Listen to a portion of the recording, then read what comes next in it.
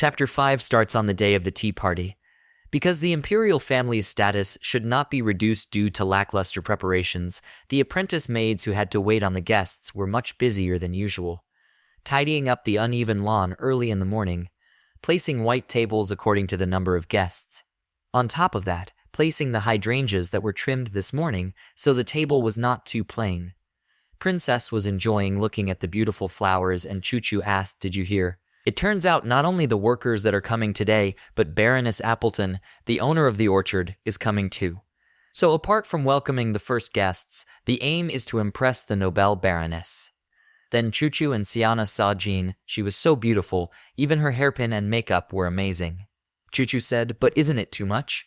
Sienna said, "Is that why you are being like this? To impress the Baroness?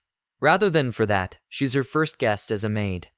Choo-Choo said she too, even if just a little bit, she wanted to do something to look pretty. Well, that's a wonderful way of thinking. It would be great if her service was just as great as her attitude. Sienna said, "Don't worry, she is sure you will do great. As a great teacher taught you." Choo-Choo said, "Yes, and because I am a great student, let's do this." Just as the front gates open and the guests enter, the maids welcome them with their greetings. Lady guests amazed, "Wow, is this the imperial palace?" They were talking about for such a tea party. They wore their best clothes, but still. One maid said, "Ladies, I will show you the way to your table." When the greetings are over, the maids go out one by one. They escort their guests to their tables. Jean was waiting for Baroness Appleton. Sienna asked her why she wasn't going. Jean said, "Is it you again?" Jean worried about why Baroness Appleton was not coming. She asked Sienna, "You want to serve Baroness Appleton, don't you? Your intentions are so obvious." Sienna thinks it's not just Jean, this whole atmosphere. The maids who serve the guests have an aristocratic aura. Guests say thanks to them for their warm welcome. Guests are talking about, indeed the maids of the imperial palace are different, so elegant. Right, just like a noble. Sienna ponders, as the guests are of the working class, it's easy, they are not important. The tea party begins only when all guests arrive, and usually in the end, the protagonist who everyone was waiting for appears. Baroness Appleton. Everyone amazed. Jean welcomed her to the imperial palace's tea party. She rudely said to other maids she would be taking care of this person. Everyone else, back off.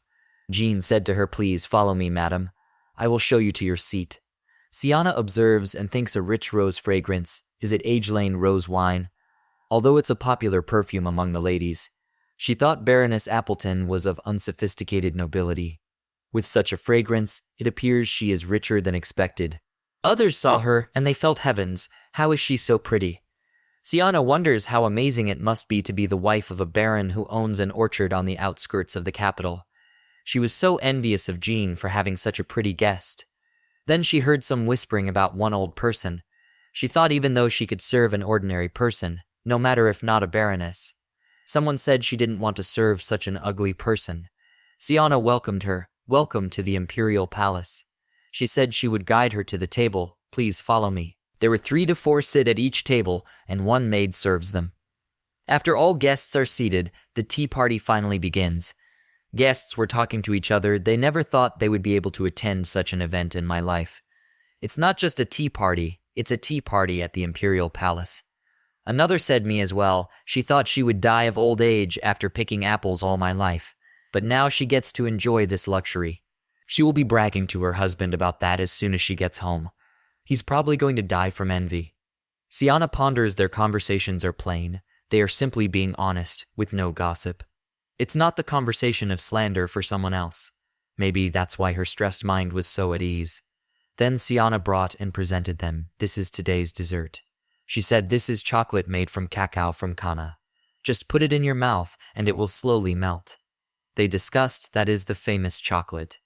The chocolate the queens and princesses eat. That's so delicious that even a grumbling prince would stop whining. They've only heard of it, but didn't think they would get the chance to eat it. One of them ate one bite and felt a huge wave named sweetness. It's so sweet that it's melting on her tongue. She was like, what should she do?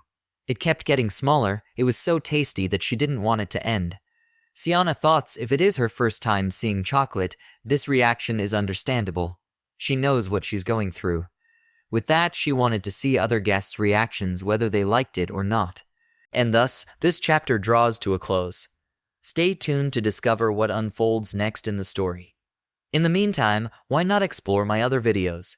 Don't forget to hit the like button and subscribe to my channel for more captivating stories. Your support means the world to me.